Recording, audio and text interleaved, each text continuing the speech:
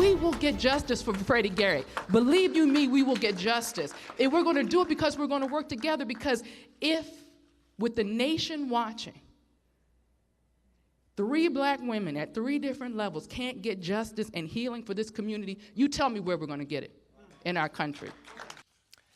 Baltimore happened because a 4-decade veteran liberal Democratic leadership failed miserably, lied to its people, and led people of every color down a path filled with graft and corruption. Baltimore happened because for more than 4 decades, the conservative right leadership has been slapping down anybody of color, stealing money from their neighborhoods to ensure the black man is screwed at every turn. These are the arguments. This is the often heard vitriol from both sides. These are the statements that ring so hollow because they are filled with hyperbole and hate, far too often lacking fact and common sense. Let's try to get both. First up, she's a political and cultural commentator, and in 2013 was named one of the most influential African Americans under 40 in Los Angeles. From the left, Jasmyne Cannick. And he is senior pastor at the Hope Christian Church in Washington, D.C., founder and chairman of the High Impact Leadership Coalition. From the right, Bishop Harry Jackson Jr. I thank you both for joining us. Thank you.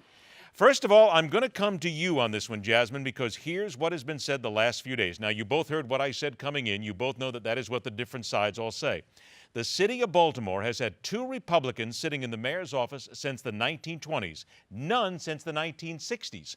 40-plus years of Democratic leadership, yet still many people want to say it's the right's fault. How can you say that knowing that the Democrats and the left have been in charge of a city that has now been on fire? Look, I spent most of my career working for Democrats. I think what you're seeing, not just in Baltimore and but around the country, is just African Americans fed up, period, with what's going on. It's not just about police misconduct and police abuse.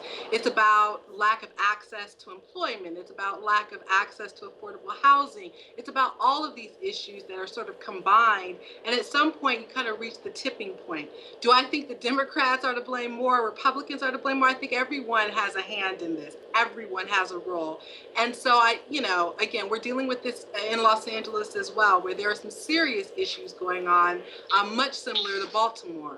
All right, Bishop, is it fair to say that at least what Jasmyne's pointing out here is that maybe we need to stop some of this rhetoric here and say that everybody's to blame? This doesn't fall on one side, or does it? Well, I don't agree with Jasmyne on a whole lot of things, but I think she's right on this one, except for this fact, and that is there seem to be 2 dimensions of the black community. There are folks who are multi-millionaires. The NFL and NBA, you could call them Black Millionaires Club. They've got a lot of folks who are making money in entertainment, but there still is a substantial gap, and there is a group of blacks, especially those who have encountered the criminal justice system, who are a part of a group that is almost in a permanent underclass status and is hopeless. It's helpless for them. But why are they in that permanent status? So I guess there's the point we've got to get to here. We keep pointing this, and I hear this over and over again. There's got to be somebody there who's not getting the job done to bring them out of that class. Well, look, if I could go ahead, Jasmyne. Sorry. No, go ahead, Bishop. Go ahead. I was going to say that for me, I want to put onus on the church as well. It's going to take the church leading the way. We've been divided based on race and other things. We're coming together. And it's going to take government, and it's going to take business. It's not going to be a government-only solution. And many liberals, I don't want to categorize or stereotype, but many liberals tend to think that government is almost God. But we really need to do something. We've started a new initiative, and I'll stop after this and let Jasmyne speak. Very quickly, go ahead. Yeah, called the Reconciled Church Initiative. We've got national leaders, T.D. Jakes, James Robinson, leaders, about 40 million Christians in America who want to work together to heal the racial divide on 7 bridges. And we'll talk more about that in a moment. Okay, we've only got a couple of minutes left here. So, Jasmyne, I want to bring this to you. Now, the pastor just said, Bishop just said, church, business, and government. We hear that, again, I hate to say this, but we've heard this all before. They've all got to get together. But we keep hearing it. We hear it after every single major city has a problem. I heard it in Miami back in the 80s, and it hasn't gotten any better there. We've heard it in New York, Chicago, all around the country. Jasmyne, please, it's a headache now that people are getting. How do we break through this and say, let's get everybody to work together and at least get something done? Who gets it done? Look, for me, the issue comes down to common sense, okay? So when you talk Common about sense. Wait a minute, Jasmyne, are you serious? Common sense, please. Don't bring common sense into this because we all know that no one talks about that.